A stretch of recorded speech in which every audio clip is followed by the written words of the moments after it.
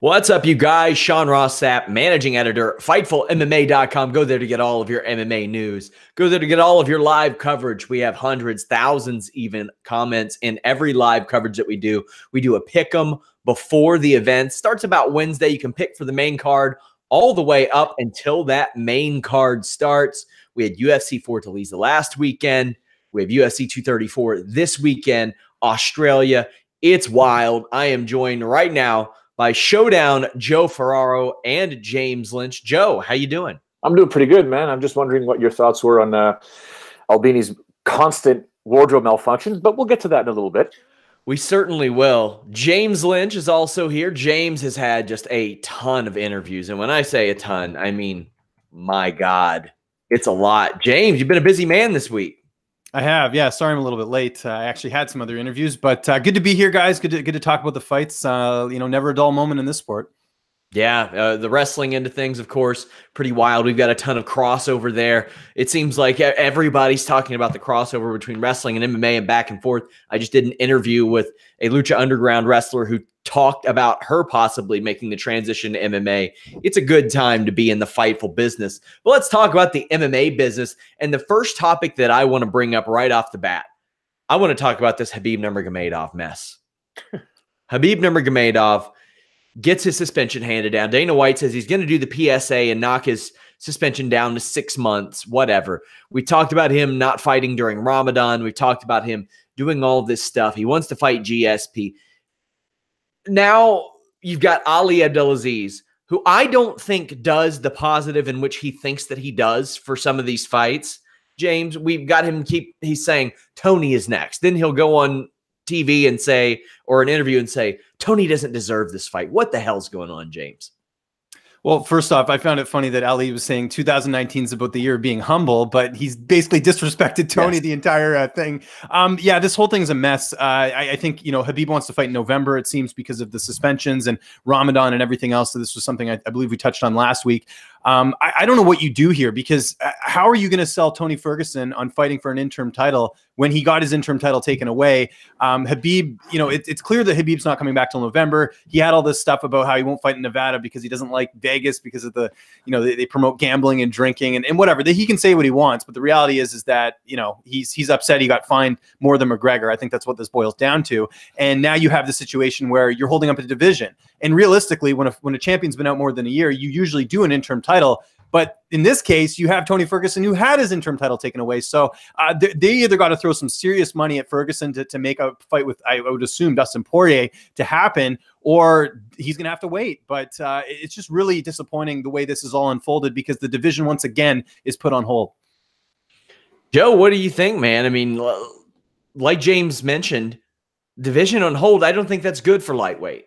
No, it's not. I mean, it seems this division here is just a constant battle for the better part of 6-7 years. So I echo James's sentiments. I mean, it's crazy. I mean, Ali is going to do what Ali's going to do. Let's not kid ourselves, because he knows what he's doing. He'll play the market, he'll play the media, he'll play the fighters, he'll play negotiations, just the way he's always had. He's just got more pull right now, a bit more eyeballs on the stuff that he says, and ears on the stuff that he says. Excuse me. So he's going to keep doing that. In terms of Khabib, at some point, Khabib has to recognize that, he's the reason why this went down, not Conor McGregor. Conor McGregor said some stuff. Khabib had some actions. So there's a big difference there. Saying is one thing, and the whole Nevada State Athletic Commission potentially fining people or Conor or whatever with how they promote fights, just let it go. But I see what they're trying to say there. But yeah, Tony Ferguson right now is the one that's going to be suffering in this situation here, because I don't think he should fight for an interim title, but he's got to fight. So it's up to him, really. What does he want to do? And of course, I've always talked about the fact that you got to get your brand out there. You got to keep your brand on the eyeballs. You got to remain on the radar. So does he risk taking another fight, especially with a guy like Dustin Poirier? And if I was him, I'd be calling out Conor McGregor again. I know they're managed, James. They're managed by the same party, correct? Paradigm, yeah, you got it. Yeah, so just figure that out if you can. Get a payday if possible. But although I do want to see Conor McGregor fight Donald Cowboy Cerrone, but that's another story altogether. But bottom line is, when your champion is your champion, he's that fantastic. He's under suspension. He's going to go through Ramadan. He's not going to likely fight during that time. He's not competing until November. Man, we're in February. There's a whole bunch of stuff that's going to happen between now and November. Another news story that emerged, Amanda Nunes teasing retirement, Joe. She's, I think, 31 years old. I don't think she really is. I think that right now she is really just hitting her peak in popularity. And maybe after the home fight even. Because if she knocks off Rousey, Cyborg, and Holm, my God, you want to talk about somebody they can I don't think you could build around Cyborg. Why? Because she hadn't really beaten anybody until she beat Holly Holm. Amanda Nunes has beaten somebody. She's beaten a lot of somebody's, Joe. Think there's any chance she really retires this early? Neither of us three have access to her bank accounts right now, but I highly doubt she got paid the same kind of money that Conor McGregor got paid against Apparently Floyd Mayweather. Darren Ravel does. I mean, he's always tweeting about how little money she makes. So then that makes my point. I mean, unless she made the same money Conor McGregor made against Floyd Mayweather, I think she should still be competing and start adding more to that bank account and whatever investments, and hopefully that she has. She does have some investments. I can't see her retiring right now. I think it's posturing, in my opinion, and I do believe that she's got some pretty good paydays. Her management should be trying to get on Conor McGregor cards and John Jones cards, right? That's what she needs to do, and get on cards that are going to have big pay-per-view numbers or good pay-per-view numbers to continue to build her brand. I mean, I know they tried, taking her through the mass media. Didn't work, but they should still try and figure out a way. She needs to do it with herself and her camp. So remains to be seen, but I think she's posturing. James, what do you think? Well, you talked about her getting paid as much as McGregor. How about even Cyborg? I bet Cyborg got paid more than Amanda Nunes did in their fight. So, I don't know what to make of the talk. It is interesting that Holly Holm gets pulled off this fight with Aspen Ladd, and then Amanda Nunes has that smiley face tweet after. It was something. It seems like that's the fight they're going to try and make next, because that's really the next big fight that Amanda could do. And I think if she does want to cash in, that's probably the last big fight she can do outside of a rematch with Cyborg, which I've said this many times. If you get finished in the first round, they shouldn't do a rematch. So. I think that I think it's possible. I don't think we'll see her retire. I think she will fight Holly, just because when they throw those dollar signs out there, that makes sense. Because I found it so odd last week that just casually Dana White's like, oh yeah, Holly Holm, Aspen Ladd, yeah, they're not fighting. It's like, what? Like, that was a great fight, and like all of a sudden it's pulled off. So that makes me think that they are working on Holly versus Amanda, and maybe it just took them a couple months to figure that out. But nonetheless, I think we will see Amanda Nunes fight again. I think it's just it could just be her trying to get a bigger payday, so to speak, by hinting at retirement. We also had UFC Fortaleza. I spoke about it at length on Saturday night. You all can find that podcast all over the place. James, I want your impressions of this card. I thought it was a blast. I was told by someone within the UFC that afternoon, expect a brisker pace. It was brisk, and I loved it. It was a breeze to watch this show. Yeah, it certainly was. The pacing, that's always been a big issue with the UFC. And this, not only was the pacing good, but this card ended up being great. Just so many finishes, so many good highlights that you could pinpoint. You had, legends and, Aldo and Maya getting wins. Like, it really had a little bit of everything. This card literally couldn't have gone better, especially with how the main event capped off with Moraes getting another highlight reel finish there. This card was great, but man, Johnny Walker, another splashing performance, definitely had Ledet on the rocks with that elbow, and, just a blue label performance from him. What can you say? Joe, you're up next. I'm not going to bother, but I did notice your tweet when you were when you're looking for puns from James and I. I was actually not at home. I was with kids, and I'm like, I really shouldn't be tweeting anything right now. But I want to put a pun in there about Johnny Walker's illegal kick to Justin Ledet's head, but I won't. Other than that, it wasn't illegal. It's an illegal technique. It never landed, but it's illegal. What is illegal about it? He threw a kick to a downed opponent's head. Well, it didn't hit his head, so it's not illegal. It is illegal. It didn't hit, though. Uh-oh, we've opened up a can of worms here. You can throw that to the legs and the body, right? Correct. Can't throw it to the head. That's what it landed. That's where it landed. It didn't land on anything. It didn't touch anything. But it landed on its leg. For the head, the referee does have the right to call time.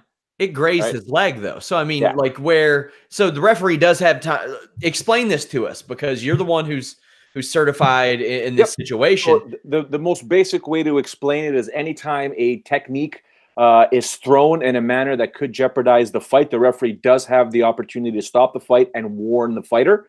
If you connect, you do have the right to disqualify the fighter, take away a point, but first you got to get the other fighter assessed. but you can't be throwing illegal techniques at all. For example, even a 12-6 elbow, which we all hate. If you throw it and it doesn't land, you can still stop the fight at that moment and warn that fighter. Right. So there's tons of different things that, and we saw what happened there when who was it against somebody got finished before they were holding on to the cage. I think it was Tamor. Was it Tamor? Yeah. Somebody was holding on to the cage before they got finished, and the referee basically said, "You got it." Like, he's getting his face beat up, but he's trying to get his hands off the cage. You can actually, stop the fight at that point there, right? So there's the actual rule itself is you cannot throw that technique. That's what it was all about.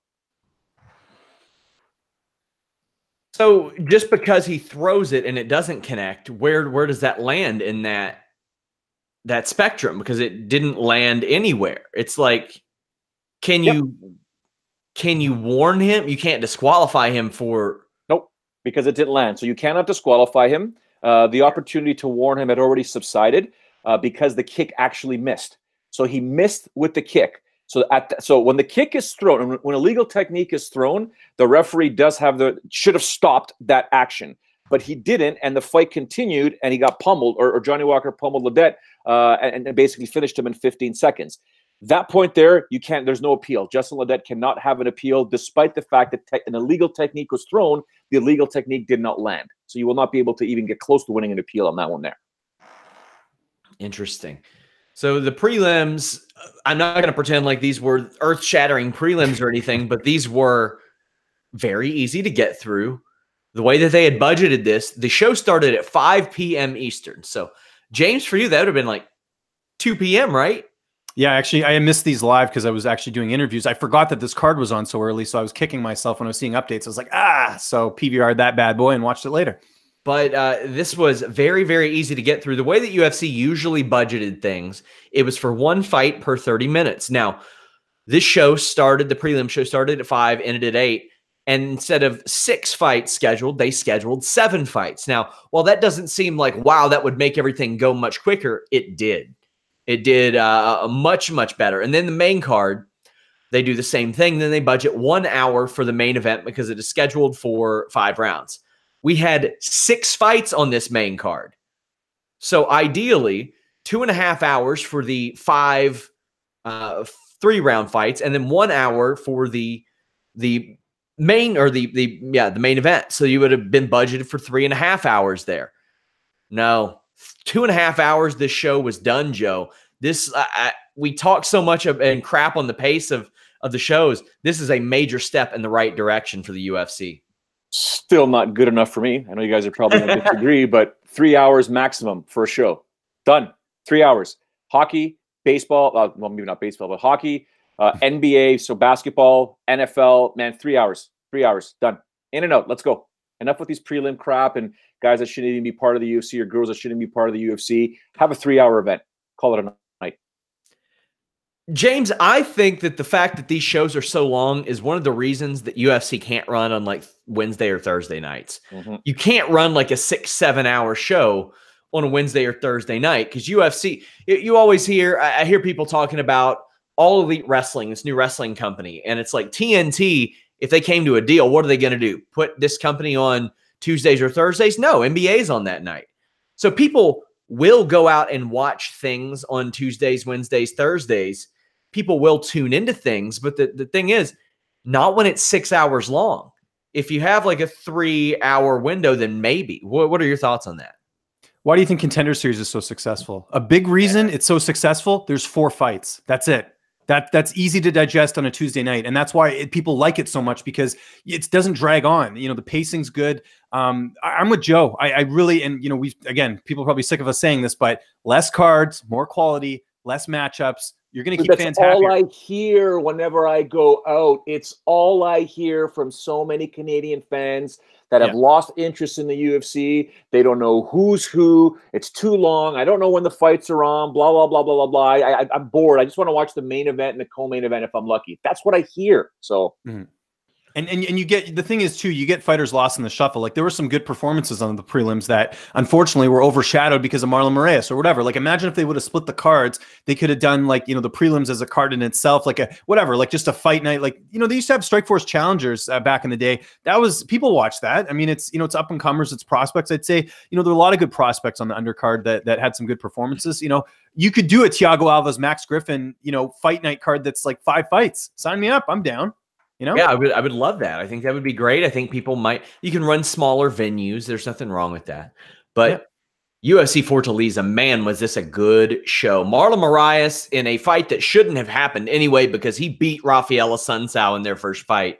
This guy should be riding like some sort of insane winning streak right now. But because of a couple of judges, he didn't get that opportunity. Now he's beaten Dodson, Sterling, Rivera, and Assunção 4 in a row, Joe, and did it in very impressive fashion, especially his last 3 fights. He is a bantamweight finishing people. I don't give a shit what Henry Cejudo's doing. I don't care. We'll talk about that in a minute. I don't give a shit. Marlon Moraes needs to be next for this title. What did you think of his performance? Do you agree with me? Of course, I agree with you. The other real question that we have to ask as you gently brush your hair and look absolutely fantastic. You're not supposed to sell that shit, Joe. I wait until I'm off camera so that people won't see me brush my hair. But here we are. I love it. I love it. No, but guys, honestly, Magic Marlon's performance is one thing. Did any of you two, I'll include myself in that, did any of you think he was going to submit Rafael Assunção? Yeah, I thought it was a possibility, but I mean, granted, he's never submitted anybody at that level before. He used to submit people all the time back in the day. Rafael Assunção, black belt, fantastic black belt. James? Yeah, no, I think that the knockout was more likely just because that's what he's done more often. But I mean, that's what basically started this, was the fact that he knocked him down and then he was able to just capitalize with the submission. So we almost got the knockout, almost. Yeah. So for me, I mean, that performance we got 2 things in one. We got his fantastic striking and his speed, because all he does, Sean, is he throws power. He paces himself correctly, and he explodes and then breathes, explodes and then breathes, and then has those combinations and basically almost got that knockout. And then with that, you go for the submission if you want to get it, because when a guy is hurt or girl is hurt, especially after strikes, very good chance that they're trying to get, their brain is saying, I need to get out of this situation, and that often leads to a tap. You know what the prop was? Sorry to interrupt. You know what the prop was on Moraes by submission? It was plus 1,700. I could have put 5 on it. Yeah. Well, I got 5 on it. Did very well. We'll talk about that momentarily. But Cejudo, sure, give him the winner of this fight, Moraes and Dillashaw. Give him a crack at the bantamweight title, because as we've heard, Dustin Ortiz, according to Henry Cejudo, cut by the UFC. Gosh, there was another name. I can't remember it off the top of my head. Cut by the UFC, top 15 guy. And I'm thinking, all right, that's not what you do when you're hanging on to a division. That's not what you do. What do you do if you're the UFC? And, oh, by the way, Dana White still says no 165, even though there likely isn't a 145 women's division, likely isn't a 125 flyweight division. What the hell's going on, James? I kind of have 2 schools of thought on this. Either it's the first one, which is what you suggested, which is they are going to get rid of the division and they'll move Henry up, and Henry fights, TJ at 135.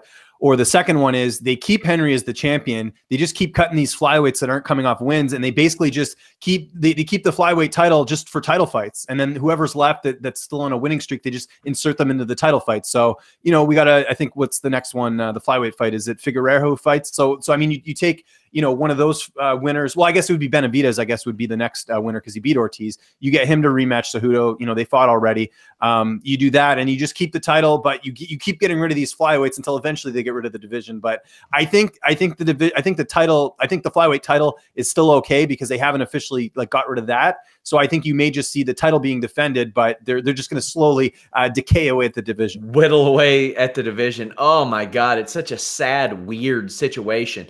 As I look, there are still about 20-something flyweights, which is crazy to think.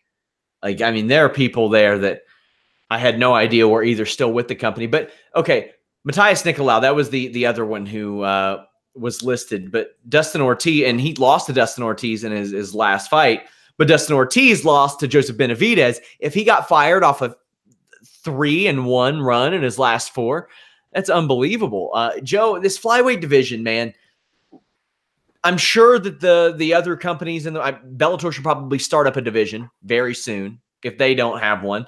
That's where Ryzen should jump in that boat. But I mean, you have Horiguchi fighting at bantamweight now, so a lot of that's gone. What are your thoughts? Bringing them all to Ryzen and Titan. That's just my opinion. Extremely biased, but I don't think it's fair for these guys. I don't think it's fair. I mean, it's so tough for Cejudo that now that he's the champ, but the reality is we lost one of the pound-for-pound best fighters ever to another organization. I say we lost. They lost a fighter who, in Demetrius Johnson, who went over to 1. So what does that really mean for the division in the UFC? Again, we just keep talking about it, but it's terrible that this type of scenario is happening to these fighters, because I get it.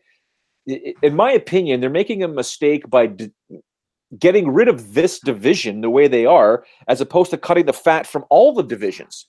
Forget about getting rid of one full weight class. Don't do that. Get rid of the crap at the bottom. So if there's 25 fighters or 30 fighters that are at 125 pounds, don't get rid of them. Keep 15. Keep 15 of them, okay? Or 12. But then the rest, get rid of all the other divisions and stop having all these guys and girls that are competing in the UFC that are never going to make it in the top 10 or 15. This is, again, it's like a broken record. It's the Super Bowl of mixed martial arts. It's not acted that. They don't treat it that way. They just have so many different tiers of fighters. James, it'd be like us watching, the Canucks and the Leafs, but adding the farm teams in there as well. It's just no, it doesn't work that way. I don't like it. It's just silly. Shorty Torres is fighting in Brave. Yeah, I think next month. What do you make of that, James? I mean, this is a guy, Joe, who you've worked with. You've called his fights, but James, Shorty Torres, a guy that you've talked to several times, not heading back to Titan, not heading overseas yet, or not heading to Ryzen or 1 yet. Yeah, I've heard this has been in works for a while. He's done commentary for them. There's a relationship that dates back, quite a few years. So that this wasn't back surprising. To our Bahrain days. When we exactly. Yeah, that was what. Yeah, you got it. Yeah. So no, it doesn't surprise me to see him get picked up. One thing I'm going to disagree with you though. I don't think Bellator is going to add in a flyweight division. They seem pretty ho hum on the lighter weight classes. Like even 135 for them. They're not putting a ton of effort into it. Like you do have, they just had the what was it, the Archuleta and Banderas fight, but in general, they're not really promoting that division that well. I kind of think you wait until a pit bull becomes an amputee, and they're going to start a flyweight division. Fool. I don't think so, man. I'm calling it now. I don't think Bellator does a flyweight division. That's interesting. I mean, there's so many there's so many ripples to this situation. Also, for Shorty Torres, I think it's probably a good testing of the waters to see how he likes the Philippines and Asia and that market. Hey, look at Jeremy Kennedy. He's been tearing it up in Brave since the UFC released him. That was a bad release, in my opinion. He's 25 when they got rid of him. He had 1 loss to Volkanovski. Like that doesn't look bad at all now. Volkanovski might be getting the next title shot. Like to me, the UFC, some of their decisions I question, but some of these guys, it can be better for them to go elsewhere and get more spotlight on them. We just talked about, the oversaturation of the UFC. Look at someone like Justin Scoggins. Yeah, he lost his last fight, but how many people tuned into that Ryzen card because they wanted to see him fight? If he was just on a regular UFC prelim, I don't think people would care as much. And if Torres wins that fight, he's all too happy to fight at 135. And there's a Stephen Lohman title fight on that night too. I think that'd be a very good fight. Not a lot of people are going to talk about it, but I think it's a big risk though for Shorty. I mean, fighting Amir Albazi is one thing. You're getting your sweat on. It's a big risk for Shorty. Huge risk. I mean, all the stress and it's all on him. He's got to win this fight, man. Amir's no joke. No one knows who he is. Shorty's got to win this fight big time. So we ended up talking about Brave instead of UFC Fortaleza. This co-main event. I got 5 on. It's a rare at this betting line. Jose Aldo not just beat Renato Moicano. He mollywopped Moicano, James. I should say it was a first-round stoppage because nothing happened in the first round. They stared at each other for a little while. They did the old Mir Arlovsky, one looks at one while the other one. But Aldo just came out of the gates in round 2 and put a beating down on Moicano. I am going to miss this guy when he's gone, James. Yeah, and I think it's very rare to see a fighter lose the way he did to Max Holloway and still compete at a high level. I see a lot of people saying the old Aldo's back. I don't think the Aldo was ever gone. I think the McGregor fight is one that they definitely should have run back, and we'll never get to see that probably. But I think you got to give credit to Max Holloway and how good he is to see what he did against Aldo. Some fighters just have another fighter's kryptonite. Quentin Jackson with Chuck Liddell. There's just certain fighters and matchups that are just not good for particular fighters. Because I think we forget that Aldo beat Frankie Edgar after he lost to McGregor. Like, that was still a good win at the time. So I see a lot, the narrative right now is like, oh, the old Aldo's back. I think he's always been there. It's just that he's had to fight guys that weren't suited to his style. I mean, we saw that with Jeremy Stevens and in this fight. But I think this is great for Aldo. I want to see him go up to 55. I mean, he's not going to fight Holloway anytime soon. I wouldn't think, when you lose twice decisively the way he did. I'd like to see him test the waters up there. Imagine him and Dustin Poirier, or him and Ferguson or someone. I mean, that would be awesome. So and it still seems like he has a tough cut to 45 too. So we'll see what happens there. Joe, Conor McGregor then took to Twitter to imply, without explicitly stating, that last year he was very close to fighting in Brazil, which would lead you. Who's he fighting in Brazil? It ain't anybody but Aldo. That's it. Aldo wants this fight. He also wants Pettis at 155. He says he wants 2 more fights and then he'll wrap it up. But man, if I'm Dana White, I might pull one of those. Yeah, I'd like to see him fight 3 more times like he does the Daniel Cormier if all goes well at the end of the year, because he looked really great Saturday night. Yeah, I'm with James though. Like, the dude never left. He's always been the same fighter. He just happened to have fought a guy that has his number, no ifs, ands, or buts. Max Holloway will suck the life out of Jose Aldo until he's fatigued and then put a whooping on him. That's just what Max Holloway is going to do. Max is just on another level now. He's fantastic. And the Conor McGregor fight, we can always go back and say, yeah, it was a fluke. Maybe it wasn't a fluke because Conor did throw that punch. It was a marvelous punch. It was masterful. But when that happens that quick, I'd like to see the other fighter, a.k.a. Jose Aldo, fight a few more times before earning that rematch. And if you don't think he's earned that rematch, I respectfully disagree. I would love to see that rematch, although I don't think it's going to happen at 145 pounds. And we've been saying it for years. Jose Aldo, in my opinion, should have gone up to 155 pounds at least 2 years ago. Love to have seen it. He fought Max Holloway a second time. Fine. He's had 2 more fights, I believe, since then at 145. But you're not getting any younger, son. And there's a whole brand new division that you could enter and just completely wreak havoc in with your name, with a bunch of fighters that would be more than happy to tango with you, make their name off of you, that you could simply destroy en route to potentially getting up to another title shot. So I think he should move up to 155 pounds. And I don't believe he should get a title shot versus Max Holloway because he was destroyed twice. Yes, I agree. You guys were spot on Damian Maia. I call him UFC's knuckleballer because I don't think that his ability to do what he does is going to go away anytime soon. And I had picked Lyman Good for the upset here, but no, Damian Maia just dominated, did what he does. I don't think this particularly helps him in the division, but it does keep him very relevant. You all talked about the level of talent that he's fought before. It's very clear when he fights somebody of Lyman Good's level, he's putting that guy away, Joe. Well, I mean, okay, let's be honest for 1 second. And if anyone that's ever followed my career, and I don't know why I do this, but I will always favor jiu-jitsu over anything in mixed martial arts. That's where I trained mostly in. My boxing, my Muay Thai, my kickboxing when I was younger, whatever is one thing, judo, whatever. I spent most of my career training in the gym doing jiu-jitsu. And to see what Damian Maia did to Lyman Good, there was one specific technique that I talked to some of my instructors about. I said, we need to work on this, or you guys should be teaching your students this as well. As when he had Lyman's back and he had the clinch, how he used his left leg to pull Lyman's right leg away from him, so his base completely opened up. He had to stabilize his own base, and Damian took advantage of that by getting onto his back. It just left leg pull over, backpack, hooks are in. I mean, that's just a beautiful string of techniques. It goes back to the old Hickson Gracie adage, and even Renzo Gracie. They always talk about the flow of what to do next. You should already have your 2 or 3 moves ahead every time you do it, and that's what Damian Maia did. And to be able to pull off that rear naked choke the way he did, and again, I think it was Bisping who said it. Dude, you never got punched in the face again. Another fight where you did not get punched in the face, and that's jiu-jitsu 101. So kudos to Damian Maia. And like we said last week, look at those last 3 losses. Those last 3 losses were against the top 3 guys in the division. So good on him. Damian Maia, a nice guy to have to put on a fight night card in Brazil, 3 from the top, James. Certainly, yeah, it paid off. I think that was another good story of this card, was that Maia got another win. People thought he was done. I don't know what he has to accomplish at this point. I don't think we're going to see him make another run towards a title shot. I think, I guess just at this point, just get exciting matchups, and when he wants to hang him up, he'll hang him up. But great win here. Like his last name suggests, he's Lyman Good's quite a good fighter. So I think that for him to go out there and beat him in the first round just shows how good Maia is, and he's not some washed up guy. He just can't beat the top competitors in the division, but clearly he can beat everyone else.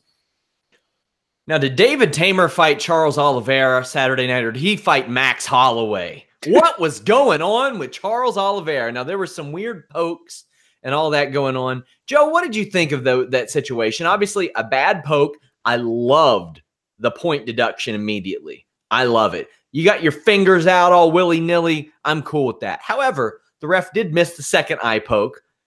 Oliveira didn't, because he called a stop to the action 3 times. What do you do in this situation, Joe? So just so you guys know, Jaron Villel, the referee in that fight there, is also Big John McCarthy's #1 instructor for the command course. So he knows the unified rules of mixed martial arts like he's on, like, just backwards, forwards. He could probably move around the rules, whatever he wants in his head. He just knows them inside and out. So the first eye poke is exactly what you're supposed to do. It was fight impacting. It impacted the fight.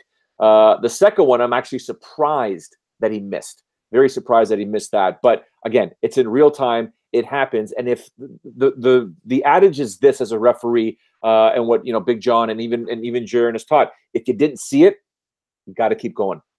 You got to keep the fight going. So he didn't see it, and that's why he told Charles, sorry, you got to keep going. No, keep going, keep going, keep going. You got to be honest, because there are fighters, and we can probably list 10 right now that have done it in the past where they didn't get eye poked. They never got a low blow, and they act like they did, especially sometime when they're getting soundly defeated, looking to buy time. So I think he did a pretty good, damn good job in that situation. And Charles Oliveira was just something else. He's always had the striking.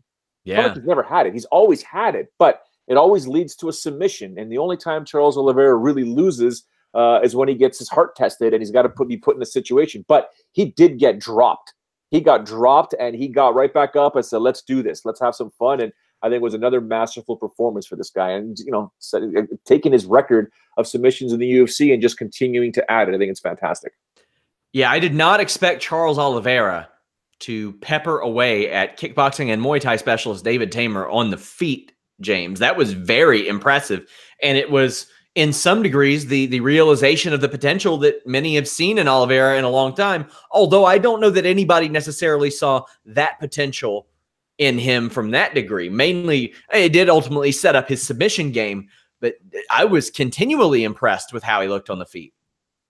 Yeah, and I think it just goes to speak the experience that he had heading into the fight. I remember when he fought Jim Miller and he got submitted and everyone's like, this guy's a bust. And just look at, I'm just looking at his record here. I mean, you look at the guys he's fought: Cerrone, Edgar, Swanson, Holloway, Pettis, Paul Felder. Like, all those are really like top-notch opponents. Like, of course, certain fighters, they don't evolve, but I think with Oliveira, because he was so young when he got in the UFC and because he fought such tough competition, we're seeing those experiences pay off in the octagon. And that's, to see his striking on display doesn't surprise me, just with how many fights he's had and how many training camps he's gone through. He's really coming into his own now. And, again, how old is he? He's 29 years old. He's still under 30, man. Like, I think the best is yet to come. And I think this was just one of those performances that proved that. I can't believe I'm going to do this. The Johnny Walker swing was in full effect as he slugged Justin Ledet and left him sitting sideways, you could say. 15 seconds. Now, Walker shows up, James, just leaning on the cage, not giving a damn. And he just put the pain on him. Now, this is a guy who a lot of people had not heard of a year ago. A year ago, he was a 10-3 guy in Brazil, not doing a whole lot of anything. And just from February to March, he won 3 fights, including one at heavyweight, won 2 titles, I think, then got on Contender Series in August. He won that fight against Roundtree via KO. He put the pain on Ledet. I mean, this is somebody that we have to watch at this point. Yeah, it's sort of the perfect storm here. You know, you have a division that is in desperate need of prospects and up and comers, and here, lo and behold, we have Johnny Walker, who has a really cool name and happens to, you know, kick some serious ass in the octagon. And you know, he doesn't even, like, you know, you saw his post fight interview. I don't know what his English level's like, but in general, like, he couldn't have had a better career so far in the UFC. Like, 2 impressive wins, highlight reel fashion. You know, I'm already seeing people talking about how would he do against John Jones? Like, that just goes to show the hype this guy's had in 2 fights. It's a breath of fresh air. How long? I mean, since the Chuck Liddell days, even, how long has it been since this division's been, the sort of the center and focus? I think this is such a good story. If you're the UFC, you're booking this guy on Brazil cards going forward and making him the guy. I mean, they need someone, to sort of, carry that torch and just, I mean, this is just good matchmaking, good fight put together. I'd like to see a step up. I'd like to see a veteran for his next fight. I'm not sure who that would be. Maybe the winner of, Misha Serkinov and OSP, because to me, that's sort of the gatekeeper fight in the division. You know, move him along and let's go. Cause it's, I'm aboard the Johnny Walker train. I think it's great. And just great performance overall. I say Cummins. I think it's an easy win for him. Punch him in the face once, he falls down. He said that he wanted to fight next month in London. Terrible. He fought in England twice last year and met great success. Joe, your thoughts on Johnny Walker? I just, as long as they keep him away from Dominic Reyes, let those 2 guys put him on different sides of the bracket, the proverbial bracket, and let them build themselves up to get their own little title shots. But there's plenty of guys that, Johnny Walker can compete. I just want to see him get his heart tested. And I don't mean that fight that he had on the Contender Series. I went to the decision. I just want to see him get his heart tested in the UFC. I want someone to really bring the pain to him in terms of making him struggle. Again, just making him work a bit more than what happened in a 15-second fight. I don't like looking at these situations where, you know what, he's dominant. Well, he's dominant because his first 2 fights in the UFC, the official UFC, not Dana White's Contender Series. I mean, the one against Khalil was not even 2 minutes, and this one was 15 seconds. So, okay, fine. You got the power. You got to knock out by an elbow, and you got to knock out by a TKO and / illegal kick. But at the same time, let's put him against someone now that's going to put him, test him a little bit, get him into the 2nd round, get him into the 3rd round. I do like James's theory about if Serkinov could be an option or OSP. I personally would like to see him fight a guy. It's tough to, like, even Thiago Santos. Keep him away from Thiago Santos. Let's try and work things around in that manner. But I don't want to see him fight Hua, because Hua is just a different scenario. But Jimmy Manuwa and Ilir Latifi are right there. I think I'd like to see those 2 guys compete against Johnny for sure. If I'm UFC, I am really happy with the way that some of the fresh faces at light heavyweight are looking. I mean, you have Luke Rockhold there who's trying to talk himself into a title shot. That ain't happening.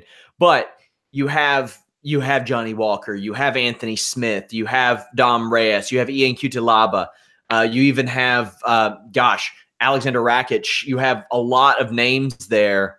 Stasic, if he fights, he hasn't fought since like July, but you have some names there that are young, that are emerging. Joe, what else on this show stood out to you besides Souza beating a woman who showed up in a completely different weight class? If you guys were on my Instagram feed and noticed some of the women that compete in MMA or in jiu-jitsu in general, the hatred that they have for Sarah Froda was just something else. But it was. I watched that fight and I was thinking to myself, was Froda even trying? Like, some of the techniques that she was throwing and the striking would be something that I would do with my son, just playing around and leaving my leg out there so he could try and grab me and take me down to the ground, and getting him to realize this is what you do in this type of situation. It didn't even look like she was an elite mixed martial artist, although she does have the experience. But the rest of the card, are you talking just the main card, Sean, or the prelims as well? Yeah, the rest of the show. Thiago Alves, man. Thiago Alves and Max Griffin. I mean, Thiago Alves got rocked early on, but still was able to overcome everything and just pull off that split decision victory. I don't know what Max Griffin was thinking, because and even Froda, like, I mean, they lost. I don't know what they were shaking their head about, but and Jairzinho's fight against Junior Albini. I mean, it almost seems like the blueprint is there. Take Jairzinho down, take him down, don't let him back up. And I don't know what Junior was thinking about that. He could have won that fight, but other than that, there was some pretty good scraps underneath there. Although my fellow Italian Borella's competition against Santos was left a lot to be desired. But, you know, she got the victory. It is what it is. Junior Albini likely lost the circulation in his legs. Also, to pat myself on the back, the Bontorin Bibilatov fight. He was on I got 5 on it. So both he and Aldo hit. Those were big winners, back-to-back shows. But James, as we put a bow on the Brazil show, what did you think? Well, we should mention that Frodo missed weight. She was 123. Oh, yeah. That to me says that, you know, obviously not very disciplined heading into this fight. So I think that's probably why she didn't look so good in the matchup. So that was disappointing. Surprised to see Marcus Perez get a quick finish over Hernandez, but you know, nonetheless, he's still got some life in the middleweight division. I don't know how you could have scored that fight for Thiago Alves. I thought Max Griffin won that decisively. But you know, again, it's in Brazil, so that's one of those things. How about Sadner Magomedov? Disappointing fight he had against Scoggins. Comes out there and finishes Ricardo Ramos in the first round. I was really impressed with him. Here's a guy that you know, has brought some new life at bantamweight, and then of course, like you mentioned, opening up the show, Magomed Bibulatov loses again. Remember, this was the guy they said was going to beat Demetrius Johnson, and now he's lost 2 fights. Yikes! So I don't know. I mean, here's the funny thing about Bibulatov. He's managed by Ali. He's lost 2 fights now. Realistically, he should be cut if we're going with the theme of the flyweights. But I have a feeling he'll stick around, and just because of, you know, who he's managed by. Maybe get a bantamweight fight even. Exactly. Yeah. There's no telling. UFC Fortaleza, man, that was a really good, fun show. And as we were on the air, tears of joy may have streamed down my face. And James, I know you saw it as well. Ariel Helwani tweeted, just officially announced, the main card of UFC Philly on March 30 will start at 7 p.m. Eastern. A show on the East Coast, a main card show starting at 7 p.m. Eastern. I want to hug the world right now, Joe. I'm so happy. Like, I don't think people understand, and, you know, woe is me, whatever. UFC nights are the worst work nights these days. I mean, it's 4 or 5 a.m. usually when I can get to bed, and I'm covering it from my office 10 feet away from my bed. I can't imagine what it's like for the people who are there and have to do it and then have to go to the hotel or the media room or whatever it is they may do and wrap it up. It is unbelievable. But we have a show, actually 2 shows to look forward to this weekend. Bellator's first effort in Europe. And you know it's got to be headlined by a pit bull. Patricky Pitbull, Ryan Scope. You have Aaron Chalmers against Corey Browning. And that's really it. Not putting a whole lot into this show, at least from a domestic standpoint here in the States. But they do have Pitbull on the show. They do have Aaron Chalmers, who is a popular name over there, James. What do you think of this show, and anything stand out to you? I forgot the show was on this weekend. That's just how little it's been promoted, at least this side of the pond, so to speak. But I mean, Jim Wallhead's on the prelims. This is basically a Bama card that they put Pitbull on. That's what this is. You know, Ryan Scope, I didn't know much about him, and, you know, sort of, you know, checking it out, I see, you know, he's got a good record. Chalmers, I know, obviously the guy from what is it, Geordie Shore or whatever, you know, he's got an undefeated record, as his own podcast. And then they've got Leon Edwards' brother on this card as well too, Fabian Edwards, fighting on the main card. But I mean, this is just you know, I'll catch the replay type thing. Like, this is more for the UK fans, I think, and just the interest levels very low, as is the card this weekend. I mean, there's a couple good fights, I'm sure we'll get into it, but I mean, this is not a strong pay-per-view. I don't think the numbers for the UFC are going to be quite good this weekend. Yeah, I don't even think Bellator offered us media interviews for the Europe show, and they do for everything. They run like a Monster Energy show in a field in Iowa. They're like, hey, you want to interview somebody? So this should show you about the level of promotion that we're seeing here. But we do have UFC 234 this weekend, and boy, is it a thin card after the top couple of fights. It is not exactly what it could be, but we do have the main event of the night, Robert Whittaker defending his UFC middleweight title against Kelvin Gastelum. This is, at their heart, 2 guys who wanted to be welterweights, so I don't think that size is going to play a big role in this, Joe. You know, I've been a believer in Robert Whittaker for a long time, and I'm also a believer in Kelvin Gastelum. How do you see this one going? We have Kelvin Gastelum at a plus 210 underdog, Robert Whittaker at a minus 250 favorite. Bobby Knuckles. I mean, Bobby Knuckles to me is just absolutely fantastic. You know, I'll say it a billion times until I'm blue in the face. If it wasn't for Ross Sapp, I would never have shown as much love to this guy as I have before because I thought his career was on the downswing, but man, has he done absolutely fantastic. I'm always concerned, though, about Kelvin Gastelum proving me wrong because he does have that ability to surprise us all going way back to his time on The Ultimate Fighter when he won The Ultimate Fighter. So he's got that ability to figure things out. So he's had plenty of time to get ready for Robert Whittaker. I just think Robert Whittaker is just something else. I think he's absolutely fantastic, and I think his stock will continue to rise after this fight here. You know, I'm not into putting 5 on anyone that's that type of a favorite, and I won't, but I got Robert Whittaker in this fight. James, how do you see this one going? I like Whittaker here as well. Should mention right now, Whittaker minus 250, Gastelum plus 210. I remember when this fight was announced, I thought, wow, like Gastelum's, you know, this is pretty surprising because he lost to Weidman not that long ago. I think it was last year. So, you know, I think, you know, like Joe said, Gastelum has been put in positions where he's not supposed to win and he does. But, you know, this is a home like country fight for Whittaker. The traveling's not going to be an issue for him. Gastelum has to travel. You know, on top of that, I mean, you don't just beat Yoel Romero twice and, you know, like it's nothing. Like that those are 2 great wins. I know they were close fights, but that I put a ton of stock into that. I mean, Yoel Romero's amazing. Look at what he's done to everyone else outside of Robert Whittaker. I got to go Whittaker on this one. I think the experience at 185. I think the fact that he's, you know, just a guy that's basically flown under the radar a little bit. If you look at the champions, he's not a, you know, a boisterous guy. He's kind of, you know, soft spoken in interviews, but I think he gets it done. I think his power is what's going to be the difference. And I think he puts Calvin away late in the fight. I'll say a 3rd or 4th round TKO win for Robert Whittaker. I don't think Gastelum's wrestling is better than Romero's. I don't think he's more powerful than Romero, and he does not have the technical ability on the feet that Robert Whittaker does. I think Robert Whittaker wins this fight. Boy, this is a line I never thought I'd see. Anderson Silva, definitely one of my I got 5 on it. A plus 485. Israel Adesanya, a minus 670. Now, let's look back at the history of an Anderson Silva who has been away for long periods of time throughout his career. This will be his first fight in over 2 years. But you look at the Cormier fight. He took that after I don't know how he got cleared for that fight, first off. He had surgery like weeks before this. The Michael Bisping fight, you could argue that should have been stopped earlier. The Nick Diaz fight, he actually won that. He had a gruesome leg injury in the Weidman fight, which he wasn't winning anyway. And he wasn't winning the Weidman fight before he got KO'd anyway either. But you could like kind of hang your hat on something for each of those. That being said, Israel Adesanya is very, very good. And I think this will be the kind of fight that we want it to be. James, you spoke to Israel Adesanya for Fightful ahead of this.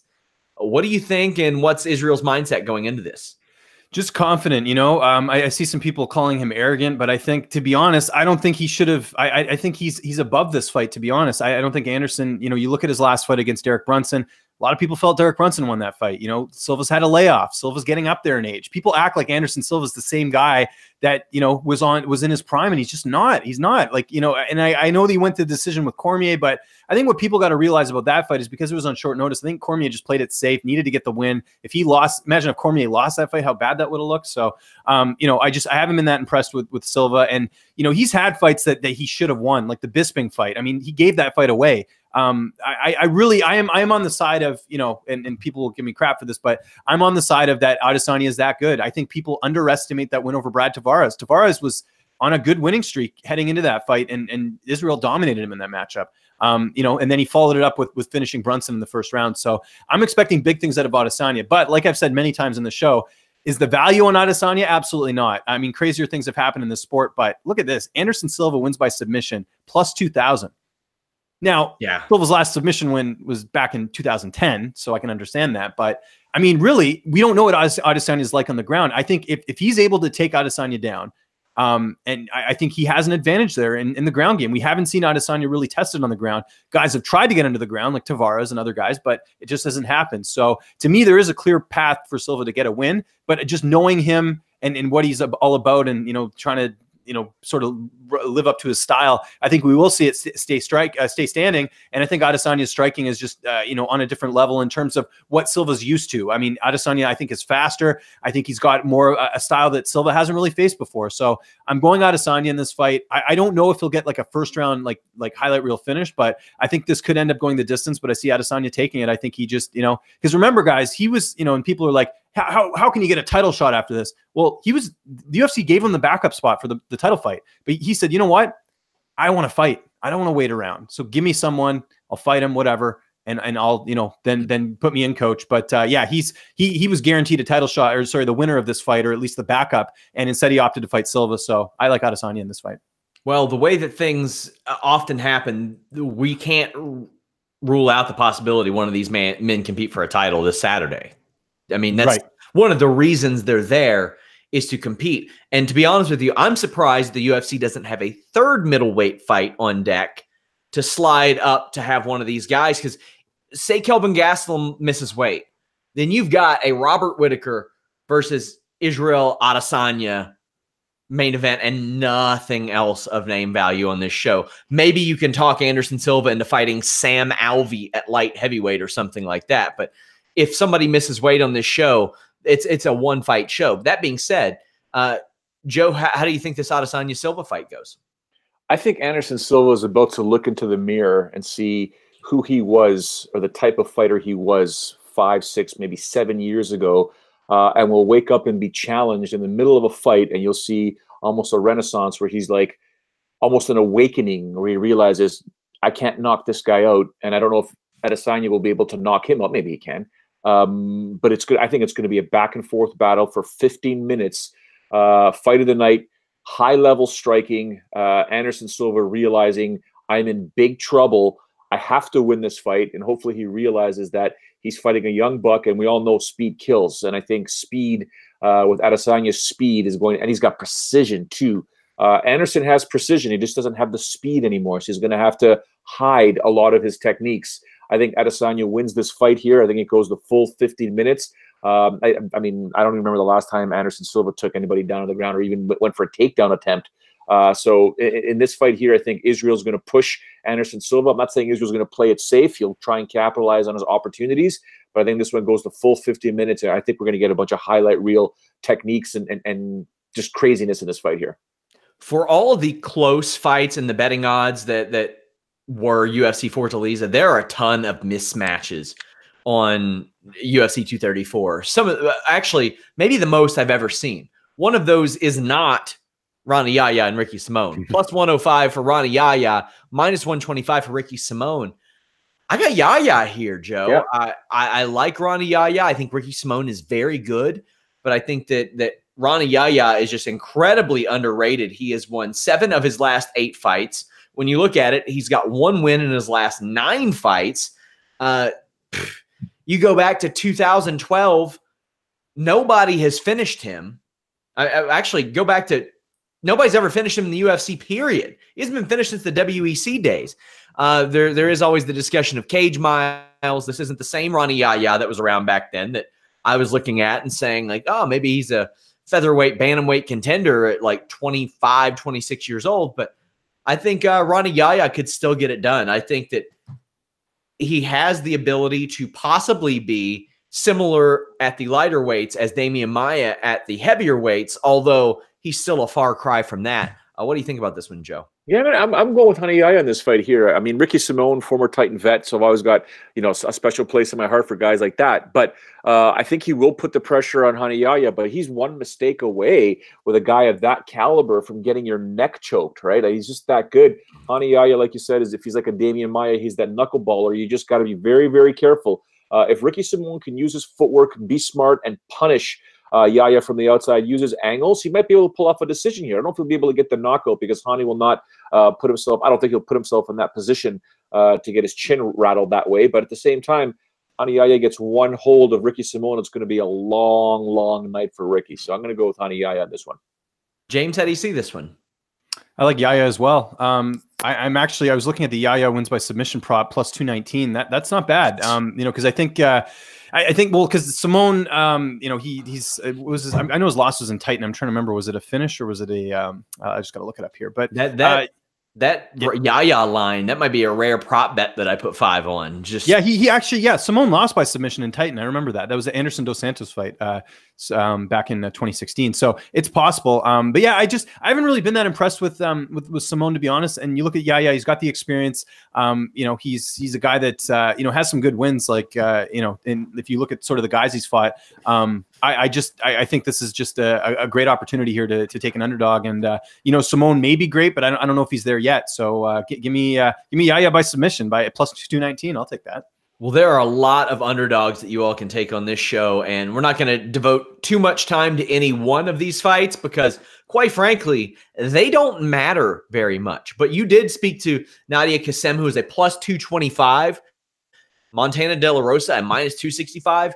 Anytime you've got women in a young division and you've got a line that deep, I'm like, okay, maybe worth it. But what did you gain from your conversation from Nadia, and how do you think this fight goes, James? I think the line's right where it needs to be. Actually talked to Montana as well. That'll be out this week. But Nadia, you have to remember she's coming up from strawweight, so she's going to be at flyweight for this fight. She hasn't fought since November of 2017, and even then, that win was over Alex Chambers, which not a great win, to be honest. And Montana just has so much experience. Like, you look at her record and you think, oh, great, she hasn't really panned out that well. But I mean, she's fought Mackenzie Dern, she fought Cynthia Calvillo. Like, people forget that before Tough, Montana had a lot of experience having fought in LFA and other promotions. And her only, her last loss, like, it's not technically her last loss because they don't count the Tough fights, but it was to Nico Montano. And I think that's a fight that if that happened now, I think Montana would be a lot more competitive. Exactly. Yeah. There you go.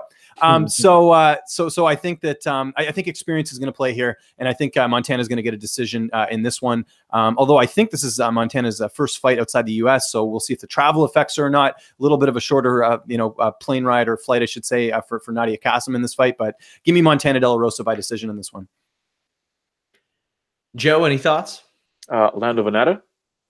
Well, I'm talking about this fight in particular. Oh, this fight here. Okay. Yeah, run through the odds of all the fights. Yeah, I mean, it's tough to say because, Montana, like James said, people are thinking that her career hasn't panned out the way it should. She's tough as nails. So is Nadia. Like, let's be honest for a second. This is going to be a good scrap. But I do want to, echo what you mentioned right before you threw to this fight, Sean. A bunch of fights that nobody cares about. Do you know what I'm saying? Like, you want people to care about your cards, especially a pay-per-view card. Other than really Sam Alvey from the North American market, you got to be a hardcore fan to know who Rani Yahya is. I don't know a mainstream fan that knows who Rani Yahya is. I'm not going to lie to you. Okay, they might know who Sam Alvey is. Okay, other than that, pay-per-view. We've got several other fights. Sam Alvey at plus 120, Jim Crute a minus 140. For me, Alvey, there's always a little bit of value there anytime there's a plus next to him. James, how do you think this one goes? Yeah, I like Crute in this fight, but you can't ever count out Sam Alvey. It's one of those situations where the value clearly is on Alvey in this fight. He is taking this on short notice, but he's done crazier things in his career. It seems like every time they have one of these Australian prospects, they fall short against a veteran. We saw it with Tyson Pedro, saw it with Tai Tuivasa. So hopefully Crute doesn't fall in that category, but I think Crute should win here. Just younger, more explosive. I think he is sort of the future, and that's why he was supposed to fight. Who was he supposed to fight originally? Alvey's a late replacement.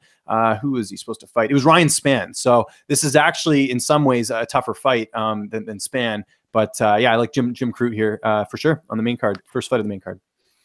Joe, quick pick for this one. I'm not going against Sam Alvey. James, come on. I like it. We're going to run through quick picks for the rest of the card. You have Devontae Smith minus 240, Dong Hyun Kim plus 200, Joe. Dong Hyun Ma. Yeah, he changed his name.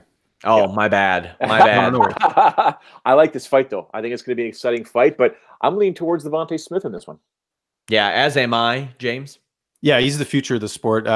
Funny story about this. So he thought he was fighting Dong Hyun Kim, the welterweight, when he got the fight. And there's this funny story when I spoke to him where he talked to Mark Montoya, his coach. He's like, look, I know you guys are confident in my abilities here, but have you seen how big this guy is? He fought Tyron Woodley. There's no way I'm that big. So Devontae here, I've said this many times, even when he was on Contender Series, this guy is the future of the lightweight division. Just so talented.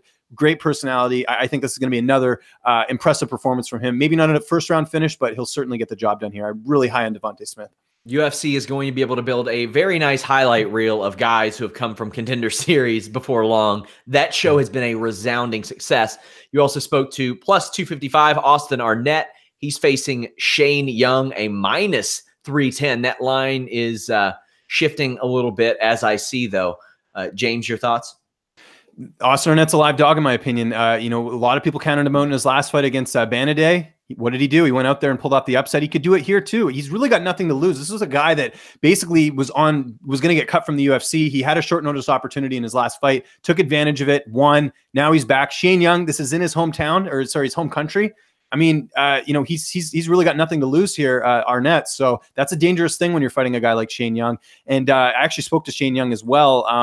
He's been out for a while. He's had he was kind of vocal about this. He had some mental health stuff he had to take care of, and he was aware of it after his last fight. So that's why we haven't seen him for a while. So it sounds like he's figured that out. And let's not, forget about the fact that he trains with Israel Adesanya and Dan Hooker and those guys. So that's a good camp to come from. So we'll see. I think this could be fight of the night potentially as a sleeper fight for sure. How about you, Joe? I just want to see how Shane Young is going to deal with the height disadvantage. He's got a 4-inch height disadvantage, but it could be hard for Arnett to punch down. I mean, it's an interesting scenario, but a 12-4 versus 16-5, I think the records are interesting to see. There's only a 0.5 reach advantage for Shane Young. It's tough to say. I'll lean towards Shane right now. We have Kai Kara France at a -310 over Rulian Pavai. That is a +255. Also, Kyung Hyo Kang, a -450 over Teruto Ishihara, a +360. Joe, any picks for these two fights? Yeah, well, I mean, I'm definitely going to go with Ko Young Kang. I mean, he's a bad dude, right? So we'll see what happens there. In terms of you mentioned the Kai Kara France fight against Paiva, excuse me. Paiva's a favorite, right? No, the underdog, +255. That's a live underdog if you ask me. I'm going to go with France and Kang here. James?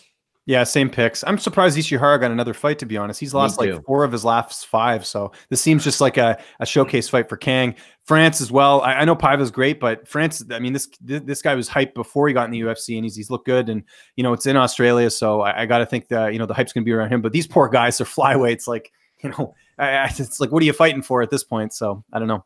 Lando Venata, he's got to win, Joe. He has one win in his 6 UFC fights. The 2 draws maybe saved him. He has no wins in his last 4 fights. He is a major favorite, though, -365 against Marcos Rosa. But as we've seen, varying levels of success against varying levels of talent for Lando Venata, as exciting as he can be. Yeah, it's such a strange anomaly what Lando Venata is, but I'm not going to go against one of the most exciting fighters that has, the worst record in the UFC. I just think Lando's absolutely fantastic, and I think he's going to get the job done here. Although if he loses, I'm sure next Tuesday we're talking about, which organization is he going to be signing with. James? Before I preview this fight, can we talk about the fact that a major outlet totally screwed up this fight? Do you remember they had him fighting Charles Rosa?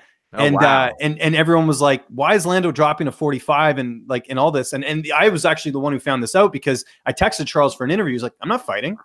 So they totally got this wrong. So that outlet, which I will not mention here, don't want to cause any confrontation here, but they didn't bother to check that it was the wrong Rosa. So it's Marcos Rosa. And let's talk about Marcos Rosa. I mean, if there was ever a give me fight, I would say it's this one. The guy he beat to get in the UFC was 2-3. The guy he fought before that 9-4, 2-5, 3-3, 6-6. Like I'd never even heard of this guy. He's 32 years old. They obviously don't think too highly of him, but they did think highly enough to give him this fight.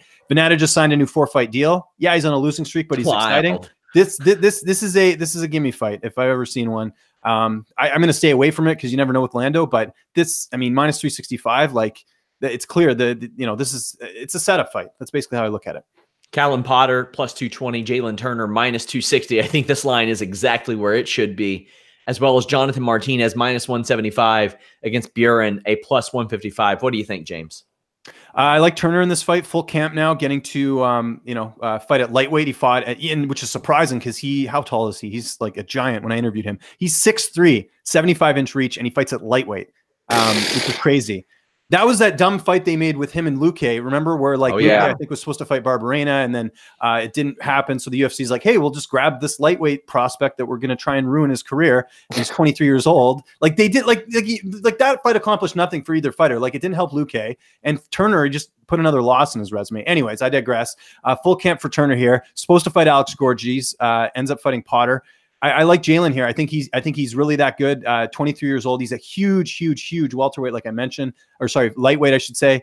Yeah, I like him in this matchup. And then as far as the opening fight, Martinez and Buren, there could be some value on Buren. Martinez, doesn't have as many fights. Didn't look great in his debut. I know that was short notice as well, but yeah, I'll go Martinez, but value there for sure is on Buren. And I think Turner, like I said, takes care of Potter. Joe, your quick picks on these last two. I'm going to go with Turner as well, but I'm going to go with Buren. I think he's going to pull off the upset here. My UFC 234, I got 5 on it picks, hit 2 of 3 each of the last 2 shows. Anderson Silva plus 485 against Israel Adesanya minus 670. I think there's value on Silva here because there's always the unknown. He's one of the greatest performers in the history of the UFC. I got Austin Arnett against Shane Young. Arnett is a plus 255. As James mentioned earlier in our preview, he is a very live dog. And while I have Kai Kara France beating Paiva, I think at plus 255, there is some value there as well. Almost went Sam Alvey plus 120, but there are so many live underdogs on this show, but then there are also so many that are not live underdogs. There's some real mismatches on this UFC 234 show. But hey, these are just betting flyers. You got $5 extra. Put it down. James, what do you got going on this week? A lot. You mentioned the interviews. I really plowed away. Got some more coming up this week. Yesterday, talked to Gina Mazzani, Dwight Grant, Luke Sanders. Interesting stuff there. He's not training at the lab, which is interesting. He's just sort of training with some other fighters as well. So we'll see. He's fighting Henan Barao. Good matchup there. Ashley Evans-Smith, Courtney Casey. And last week we had that exclusive with Marvin Vettori, who I didn't even know was suspended by USADA. So that's why he hasn't fought. So he talks all about that. And who else? Emily Whitmire. We just got the interviews coming. Cynthia Calvillo. So just check out Fightful. We got you covered. Don't worry about any other sites. We got you covered for everything. Follow me on Twitter at Lynch on Sports. Thanks again. Cracked that 10,000. I saw. Congrats. I did. Yeah. Thank you. I appreciate it. Follow Joe at Showdown Joe. Follow me at Sean Ross Sapp. Joe, as we wrap up, what do you got going on? I'm just going to keep in contact with my 2 fools from Titan FC. Shorty Torres with his fight coming up, and that I don't know which one to call him. That bigger fool fighting for some welterweight title. I don't know, and Kamaru Usman, whatever. But he's pumped. He's jacked. But I mean, when I saw him at Titan, he's very, very excited. And then we saw the press conference stuff. So Kamaru is going to look to prove a lot of people wrong. I do like what happened with him and Ben Askren. Yeah, Kamaru. Guys, if you're on our YouTube, leave us a thumbs up, subscribe, check out James's interviews, do the same over there, share those. It goes a long way. Hey, if you have it, if you want to share them on Twitter, Facebook, Reddit, all that good stuff, that goes a long way as well. Thank you guys so much. Until next time, we're out.